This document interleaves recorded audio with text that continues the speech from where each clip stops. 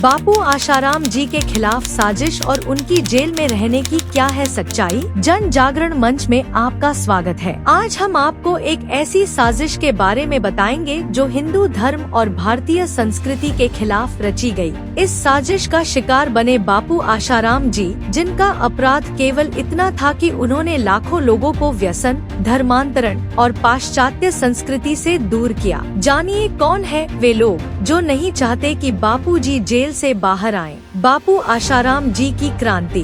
बापू आशाराम जी ने वर्षों से समाज में एक आध्यात्मिक जागृति लाई है। उनके प्रवचनों और शिक्षाओं से लाखों लोग जीवन की बुरी आदतों से मुक्त होकर नई राह पर चलने लगे। व्यसन मुक्त समाज। बापू जी ने लाखों युवाओं और परिवारों को तंबाकू, शराब और गुटखे जैसी बुराइयों से छुटकारा दिलाया। आयुर्वेद और प्राकृतिक चिकित्सा का प्रचार। उनकी प्रेरणा से लोग अंग्रेजी दवाइयों की जगह आयुर्वेदिक और प्राकृतिक चिकित्सा की ओर मुड़े, जिससे दवा कंपनियों को भारी नुकसान होने लगा। संस्कृति की रक्षा।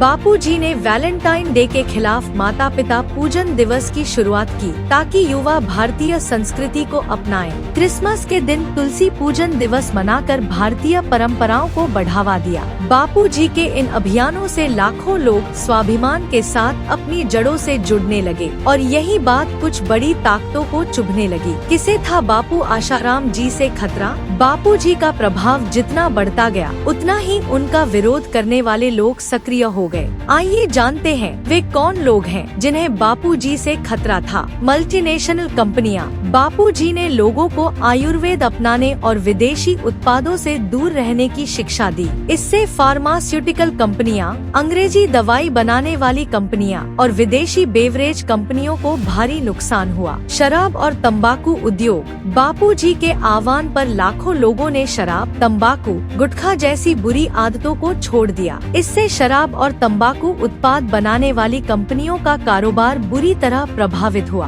पाश्चात्य संस्कृति और धर्मांतरण करने वाली ताकतें। वैलेंटाइन डे और क्रिसमस जैसे विदेशी त्योहारों का विरोध करके बापू जी ने हिंदू संस्कृति की रक्षा की। उन्होंने 14 फरवरी को माता पिता पूजन दिवस और 25 दिसंबर को तुलसी पूजन दिवस मनाने की पहल की, जिससे धर्मांतरण करने वालों के मंसूबे नाकाम होने लगे। इन सब के पीछे बड़े बड़े कॉरपोरेट्स और विदेशी ताकतें थी, जो नहीं चाहती थी कि बापू जी का प्रभाव बढ़े। इन कंपनियों को अपनी करोड़ों की कमाई खतरे में दिखाई देने लगी। साजिश कैसे रची गई? जब बापू जी का प्रभाव बढ़ने लगा और समाज में सकारात्मक बदलाव आने लगा, तो इन सभी शक्तियों ने एक साजिश रच डाली। Media propaganda. मीडिया के कुछ हिस्सों ने बापू जी के खिलाफ झूठी खबरें और आरोप फैलाने शुरू कर दिए, ताकि उनकी छवि धूमिल हो सके। राजनीतिक दबाव। कुछ राजनीतिक शक्तियां भी इस साजिश में शामिल थी, जिनका उद्देश्य बापू जी की लोकप्रियता को रोकना था, ताकि वे अपने एजेंडे को आगे बढ़ा सके। फर्जी केस।